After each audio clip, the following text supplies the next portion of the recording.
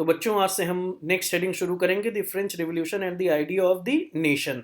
तो ये बच्चों एक तरीके का रिकैपिचुलेशन है, ये रिवीजन है जो फ्रेंच रिवॉल्यूशन आपने लास्ट ईयर पढ़ा, क्योंकि ये चैप्टर उसी फ्रेंच रिवॉल्यूशन के कंटिन्यूएशन में है, तो उसका एक थोड़ा सा बैकग्राउंड आपको दे देना यहाँ पे ज़रूरी है। तो ऐसा बुक में इसीलिए किया गया है कि आपको उस आइडिया से कनेक्ट कर दिया जाए।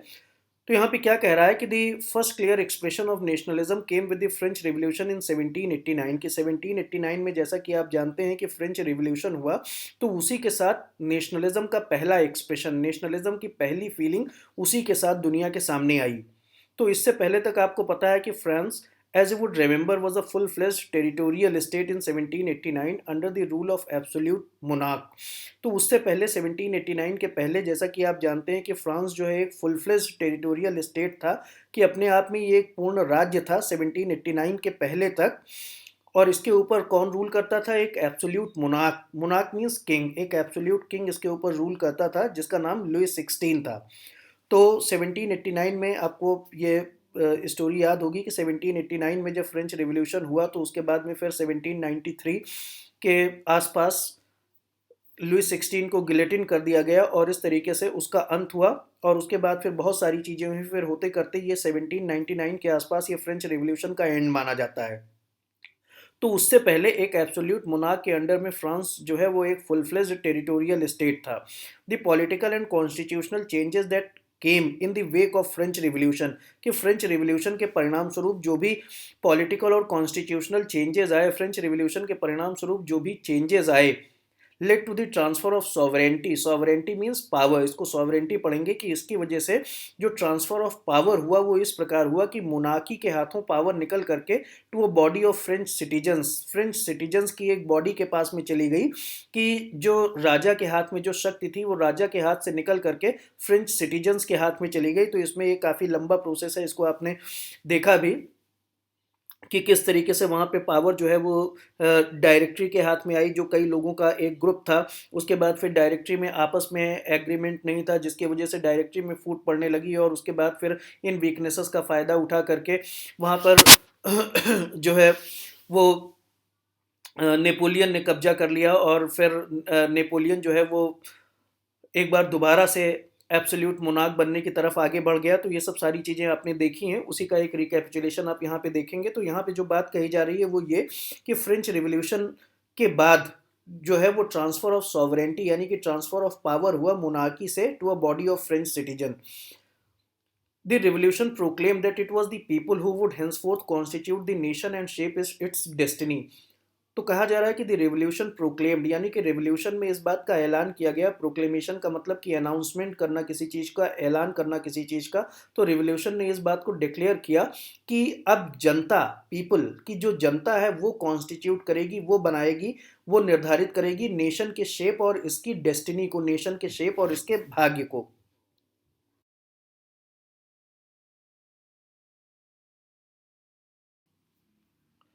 तो आगे बच्चों क्या कहा जा रहा है कि from the very beginning the French revolutionaries introduced various measures and practices that could create a sense of collective identity among the French people.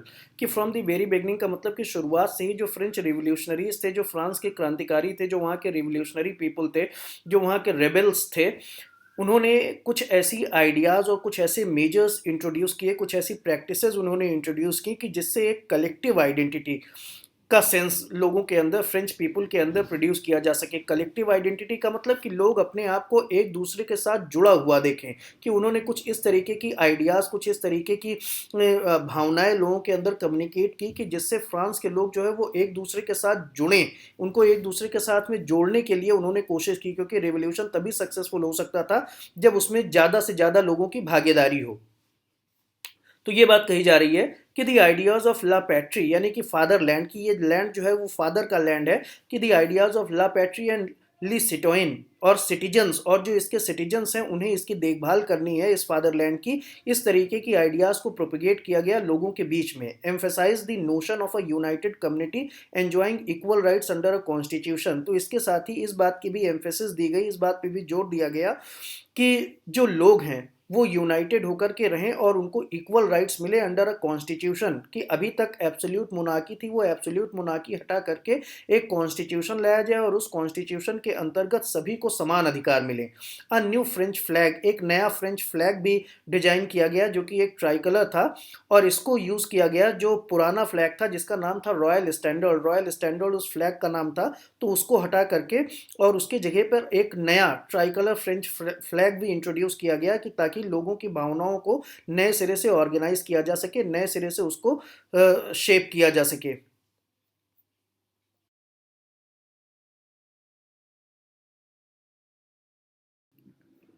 तो बच्चों यहाँ पे आपको क्या बताया जा रहा है कि the states general was elected by the body of active citizens and rename the national assembly.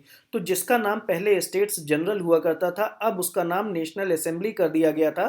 तो स्टेट्स जनरल क्या था, ये एक कंबाइंड असेंबली होती थी तीनों स्टेट्स की, फर्स्ट स्टेट, सेकेंड स्टेट और थर्ड स्टेट, जिसमें क्लर्जी, नोबिलिटी और कॉमन पीपल ये फर्स्ट स्टेट, सेकेंड स्टेट और थर्ड स्टेट में आते थे। तो इनकी जो कंबाइंड असेंबली थी, असेंबली की जिसको आप एक हिसाब से समझ सकते हैं कि प्री रिवोल्यूशनरी पीरियड की पार्लियामेंट, उसका नाम स्टेट्स जनरल था।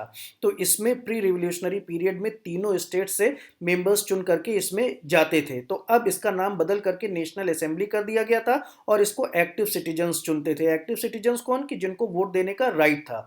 न्यू हिम्स वर कंपोज्ड, और अब नई हिम्स, हिम्स का मतलब न्यू सॉन्ग्स वर कंपोज नाउ, कि अब नए सॉन्ग्स कंपोज किए गए, जिसमें ला मार्सिलीज आप जानते हैं कि जो कि बाद में फ्रांस का नेशनल एंथम भी बना। तो इस तरीके से ला मार्सिलीज टाइप के नए हिम्स कंपोज किए गए, नए सॉन्ग कंपोज किए गए। Oath taken and martyrs commemorated, तो ओथ इस ली गई, लोगों ने जो है फ्रांस के प्रति वफादारी की शपथ ली, उन्होंने ओथ ली। मार्टर्स कमेमोरेटेड, मार्टर्स का मतलब कि जो शहीद थे उनको कमेमोरेट किया गया, उनको याद किया गया। तो इस तरीके से लोगों ने एक दूसरे के साथ अपने आप को जोड़ने की कोशिश की। And all in the name of the nation, और ये सब नेशन के नाम पर किया गया, कि नए हिम्स बनाए गए, नए फ्लैग बनाए गए, मार्टर्स को कमेमोरेट किया गया, जो शहीद हुए, जिन्होंने प्राण दिए, उनको याद किया गया। और ये सब नेशन के नाम पे किया गया, सिर्फ नेशन के लोगों को एक दूसरे के साथ जोड़ने के लिए। बाद में कुछ और सुधार हुए। A centralised administrative system was put in place and it formulated uniform laws for all citizens within its territory। तो क्या बताया जा रहा है कि एक सेंट्रलाइज्ड एडमिनिस्ट्रेशन सिस्टम निकाला गया, कि जिसमें एक जगह से सबका कंट्रोल होता था और यूनिफॉर्म लॉज बनाए गए, सभी के लिए एक जैसे कानून बनाए गए। जैसा कि आपने देखा कि पहले क्लर्जी को है कुछ प्रिविलेजेस मिली हुई थी, तो वो सब चीज़ें हटा करके एक यूनिफॉर्म लॉज का सिस्टम क्रिएट किया गया, कि जो सभी के लिए बराबर था।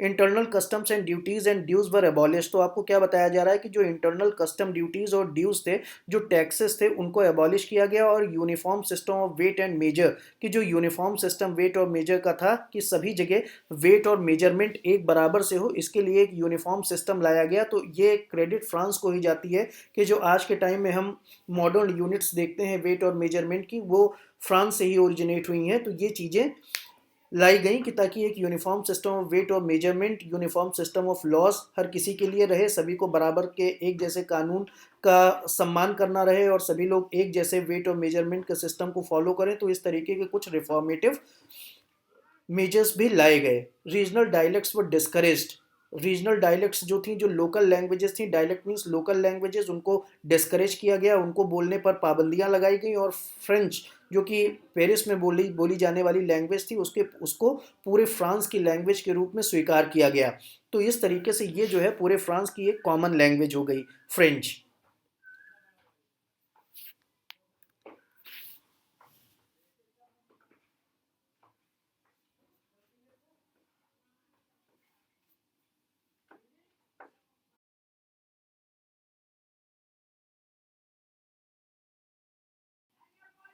तो बच्चों यहाँ पे क्या कहा जा रहा है, the revolutionaries further declare that it was the mission and destiny of the French nation to liberate the peoples of Europe from despotism. कि फ्रेंच रिवोल्यूशनरीज ने ये डिक्लेयर किया, उन्होंने इस बात की घोषणा की, कि यूरोप की दूसरी कंट्रीज जो हैं, पीपल्स का मतलब कंट्रीज की, यूरोप की जो दूसरी कंट्रीज हैं उनको वो लिबरेट कराएंगी, उनको वो आज़ाद कराएंगी डेस्पोटिज्म से, एब्सोल्यूट मोनार्की से। कि यूरोप की दूसरी कंट्रीज में भी उस जमाने में जो एब्सोल्यूट मोनार्की, उस जमाने में जो निरंकुश शासन चल रहा था, डेस्पोटिज्म, एब्सोल्यूट मोनार्की यानी कि जो निरंकुश शासन उस जमाने में चल रहा था, उससे वो यूरोप की दूसरी कंट्रीज को मुक्त कराएंगी। आपको बताया गया था कि पीपल्स का मतलब नेशन होता है, तो वही चीज़ यहाँ पे कही जा रही है कि जो फ्रेंच रिवॉल्यूशनरीज थे उन्होंने इस बात को डिक्लेयर किया कि ये उनका मिशन भी है और ये फ्रेंच नेशन की डेस्टिनी भी है, और कि ये फ्रेंच नेशन का भाग्य भी बन गया है कि अब वो यूरोप की दूसरी कंट्रीज को डेस्पोटिज्म से मुक्त करवाएंगी। इन अदर वर्ड्स कि इसका ये भी मतलब है to help the peoples of Europe become nations, कि अब वो यूरोप की जो दूसरी कंट्रीज हैं उनको नेशन स्टेट बनने में उनकी मदद करेंगी। तो when the news of the events in France reach the different cities of Europe, तो फ्रांस में जो कुछ भी घटनाक्रम चल रहा था, फ्रांस फ्रांस में जो कुछ भी हैपनिंग्स चल रही थी, उनकी न्यूज, उन इवेंट्स की न्यूज़ जब यूरोप की दूसरी सिटीज़ और कंट्रीज़ में पहुंची, तो स्टूडेंट्स और दूसरे मेंबर्स जो थे एजुकेटेड मिडिल क्लास के, इन्होंने जैकोबिन क्लब्स बनाने शुरू कर दिए। आपने देखा था कि जैकोबिन क्लब्स जो हैं वो पॉलिटिकल सिचुएशन को डिस्कस करने के सेंटर होते थे, और ये लोग स्ट्राइप्ड टाइप की यूनिफॉर्म पहनते थे जो कि इनको बाकी नॉर्मल लोगों से अलग करती थी। तो ये इनका मकसद जो है पॉलिटिकल सिचुएशन को डिस्कस करना था, और इन्होंने एक बहुत बड़ा प्लॉट बनाया था, बहुत बड़ा रोल प्ले किया था लुई 16 को हटाने में।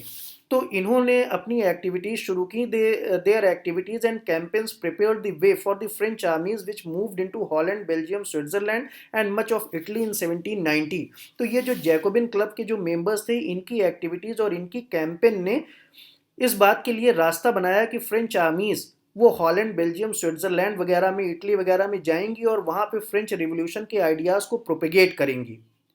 तो इस तरीके से फ्रेंच रिवॉल्यूशन की बातें यूरोप की भी दूसरी कंट्रीज में होने लगी। तो with the outbreak of revolutionary war, और जब फ्रांस में रिवॉल्यूशनरी वॉर शुरू हुआ, तो फ्रेंच आर्मीज इन नेशनलिज्म और रिवॉल्यूशनरी आइडियाज़ को लेकर के यूरोप की दूसरी कंट्रीज़ में भी गईं। वो अब्रॉड भी गईं। अब्रॉड का मतलब कि यूरोप की दूसरी कंट्रीज़ में, विदेशों में वो गईं, और उन्होंने फ्रेंच रिवॉल्यूशन के आइडियाज़ को वहाँ पे भी प्रोपेगेट किया, वहाँ पर भी उनको फैलाया।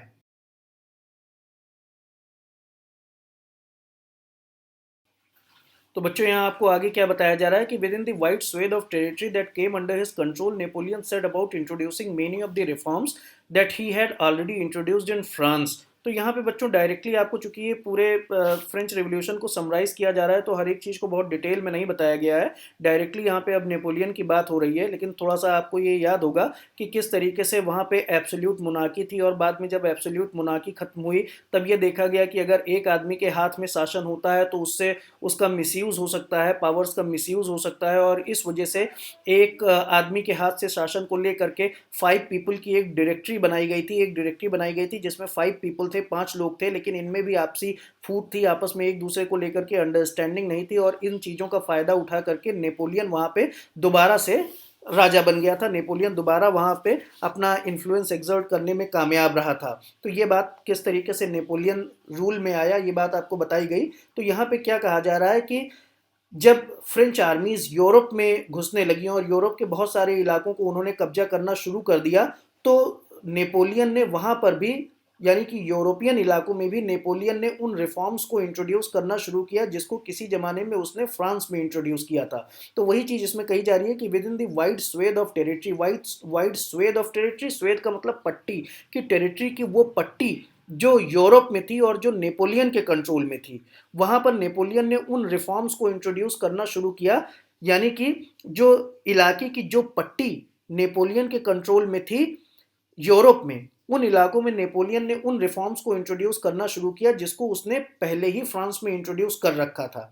Through a return to monarchy, Napoleon had no doubt destroyed democracy in France. तो अब डायरेक्टरी के खत्म होने के बाद जब नेपोलियन दोबारा से पावर में आ गया, तो उसने दोबारा से मोनार्की को वापस ला दिया, और इस तरीके से उसने फ्रांस में आई हुई डेमोक्रेसी को तो एक बहुत बड़ा झटका दिया, लेकिन साथ ही साथ कुछ उसने अच्छे काम भी किए। एडमिनिस्ट्रेटिव फील्ड में उसने कुछ रिवोल्यूशनरी प्रिंसिपल्स इस्टेब्लिश किए कि जिससे पूरा सिस्टम बहुत रेशनल और एफिशिएंट हो गया, जिससे पूरा सिस्टम बहुत लॉजिकल, रेशनल मीन्स लॉजिकल, और एफिशिएंट, एफिशिएंट का मतलब कैपेबल हो गया। तो आपको क्या बताया गया कि नेपोलियन के आ जाने के बाद, यानी कि डायरेक्टरी के खत्म होने के बाद और नेपोलियन के दोबारा से रूल में आ जाने के बाद, एक बार जो न्यूली फॉर्म्ड डेमोक्रेसी थी वो खत्म हो गई और एक बार दोबारा से मोनार्की आ गई। और इस बार जब मोनार्की नेपोलियन के अंडर में आई, तो डेमोक्रेसी को तो ये जरूर झटका था, पर नेपोलियन ने कुछ ऐसे काम किए एडमिनिस्ट्रेटिव फील्ड में कि जिसके वजह से वहाँ का पूरा सिस्टम ज़्यादा एफिशिएंट और रेशनल हो गया, ज़्यादा एफिशिएंट और लॉजिकल हो गया, और उसने अपने इन सुधारों को यूरोप में भी इस्टेब्लिश किया, यूरोप में भी एग्जीक्यूट किया, जो उसने फ्रांस में किया था।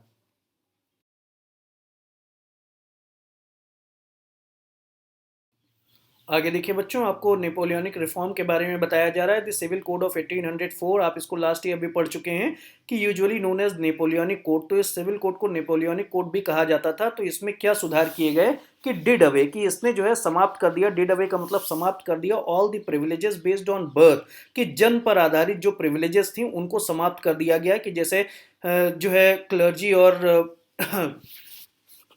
जो सेकंड स्टेट थी नोबिलिटी, तो इनको जो जन्म की बेसिस पे जो प्रिविलेजेस मिले हुए थे, बर्थ की बेसिस पे जो प्रिविलेजेस मिले हुए थे, उनको नेपोलियनिक कोड ने समाप्त कर दिया। Established equality before the law, और इस तरीके से एक equality before the law establish की गई। Secure the right to property, लोगों ने प्रॉपर्टी पर अपने अधिकार प्राप्त किए।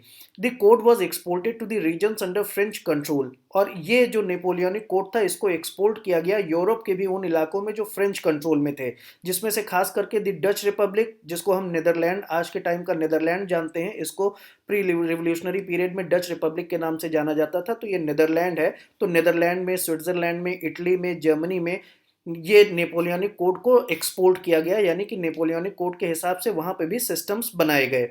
नेपोलियन सिंप्लीफाइड एडमिनिस्ट्रेटिव डिवीजन, उसने एडमिनिस्ट्रेटिव डिवीजन को भी सिंप्लीफाई किया। एबॉलिश द फ्यूडल सिस्टम, जो वहां पे जमींदारी सिस्टम था उसको भी उसने एबॉलिश कर दिया, फ्यूडल सिस्टम को एबॉलिश कर दिया। फ्रीड पिजेंट्स फ्रॉम सर्फडम, उसने पिजेंट्स को यानी कि किसानों को फ्री कर दिया सर्फडम, सर्फडम का मतलब कि गुलामी की प्रथा से। मैनोरियल ड्यूज, यानी कि जो जमींदार को जो टैक्सेस देने होते थे उन टैक्सेस से फ्री कर दिया। तो इस तरीके से उसने काफ़ी अच्छे एडमिनिस्ट्रेटिव रिफॉर्म्स पेश किए। तो in the towns to guild restrictions were removed, और टाउन्स में से भी गिल्ड रेस्ट्रिक्शन को खत्म कर दिया गया। गिल्ड रेस्ट्रिक्शंस जो ट्रेडर्स और ट्रेडर्स और मैन्युफैक्चरर्स के ऊपर जो रेस्ट्रिक्शंस लगती थी उनको गिल्ड रेस्ट्रिक्शंस कहा जाता था। तो इनको भी नेपोलियन ने रिमूव कर दिया। ट्रांसपोर्ट और कम्युनिकेशन सिस्टम को बेहतर बनाया गया। पेजेंट्स, आर्टिजन्स, आर्टिजन्स का मतलब मजदूर मिस्त्री, पेजेंट का मतलब किसान, वर्कर्स और जो न्यू बिजनेसमैन थे, इनको ये जो न्यू फाउंड फ्रीडम थी, ये जो नई आज़ादी मिली थी, ये इनको काफ़ी रास आई, ये लोगों को काफ़ी पसंद आने लगी। Businessmen and small scale producers of goods in particular began to realise that uniform laws, standardised weights and measures and a common national currency, कि एक कॉमन नेशनल करेंसी भी लागू की गई, कि जो पूरे देश में एक जैसी करेंसी थी। तो इन चीज़ों ने फैसिलिटेट किया था, आसान बनाया था गुड्स और सर्विसेज के एक्सचेंज को एक इलाके से दूसरे इलाके, क्योंकि अब जो है चीज़ों का वेट और मेजर का कायदा एक जैसा हो गया था, करेंसी एक जैसी हो गई थी, लॉज एक जैसे हो गए थे। तो अब इस तरीके से बिजनेसमैन के लिए काफ़ी आसान हो गया, चीज़ों का इंपोर्ट एक्सपोर्ट करना, एक जगह से दूसरी जगह ले जाना, ये चीज़ें काफ़ी आसान हो गई। तो इन चीज़ों को लोग वेलकम कर रहे थे, और इस पे लोग नेपोलियन को सपोर्ट कर रहे थे।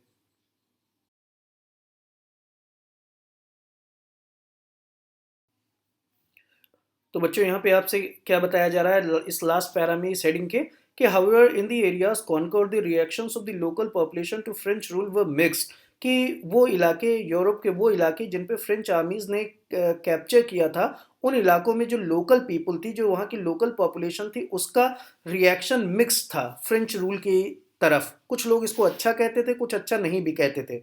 तो initially in many places such as Holland and Switzerland as well as in certain cities like Brussels, Brussels जो है ये बेल्जियम की कैपिटल है। मेंच ये इलाका है जो पुराना जर्मनी का इलाका है, जो राइन रिवर के इर्द गिर्द का इलाका था, जिसको उस जमाने में राइन लैंड कहते थे। तो ये मेंच का इलाका है, वही राइन लैंड का इलाका। मिलान ये इटली का की सिटी है। वारसा ये पोलैंड की कैपिटल है। तो इस तरीके से इन इलाकों में जो है शुरुआती दौर में तो फ्रेंच आर्मीज को वेलकम किया गया, उनको जो है हार्बिंगर ऑफ लिबर्टी, मतलब कि उनको लिबर्टी का लाने वाला, लिबर्टी का कैरियर उनको कहा गया। लेकिन ये जो इनिशियल इंथुजियाज्म था, ये जो इनिशियल एक्सेप्टेंस था लोगों के मन में फ्रेंच आर्मीज के लिए, वो धीरे धीरे करके हॉस्टिलिटी, धीरे धीरे करके वो दुश्मनी में बदल गया एज इट बिकेम क्लियर, क्योंकि ये क्लियर होता गया कि जो न्यू एडमिनिस्ट्रेटिव सिस्टम था ये पॉलिटिकल सिस्टम के साथ मैच नहीं कर रहा था। क्योंकि धीरे धीरे करके इंक्रीज टैक्सेशन की, उन इलाकों में टैक्सेशन बढ़ा, सेंसरशिप, कुछ रोकथाम बढ़ी, फोर्स कॉन्स्क्रिप्शन इनटू फ्रेंच आर्मीज, ये सबसे बड़ी वजह थी कि जिसकी वजह से फ्रेंच आर्मीज को फ्रेंच आर्मीज़ की पॉपुलैरिटी को झटका लगा। फ्रेंच आर्मीज़ की पॉपुलैरिटी को अफेक्ट करने वाला ये सबसे बड़ा नेगेटिव रीजन था कि जो forced conscription into French armies, कि लोगों को ज़बरदस्ती सेना में भर्ती करना, कॉन्स्क्रिप्शन का मतलब रिक्रूटमेंट, की ज़बरदस्ती सेना में भर्ती करना फ्रेंच आर्मीज़ के द्वारा, ये उनको काफ़ी महंगा पड़ गया और लोग इससे फ्रेंच आर्मीज़ से नाराज़ हो गए। और इसकी ज़रूरत इसलिए थी because they wanted to conquer the rest of Europe, वो पूरे यूरोप को कॉन्कर करना चाहते थे। तो इस स्टेप ने आउटवे कर दिया, यानी कि हल्का कर दिया the advantages of administrative changes, की एडमिनिस्ट्रेटिव चेंजेस में जो एडवांटेजेस मिले थे फ्रेंच आर्मीज़ को, अच्छे एडमिनिस्ट्रेटिव रूल्स लाने की वजह से जो एडवांटेजेस उनको मिले थे, वो ये सेना में ज़बरदस्ती भर्ती किए जाने के काम ने उस चीज़ को ख़राब कर दिया। उसकी जो पॉपुलैरिटी थी वो पूरी तरीके से ख़राब हो गई जब सेना में ज़बरदस्ती भर्ती किया जाने लगा। तो ये बात आपसे बताई गई और इस तरीके से ये हेडिंग कंप्लीट हुई। From the next lesson will be dealing with the next topic.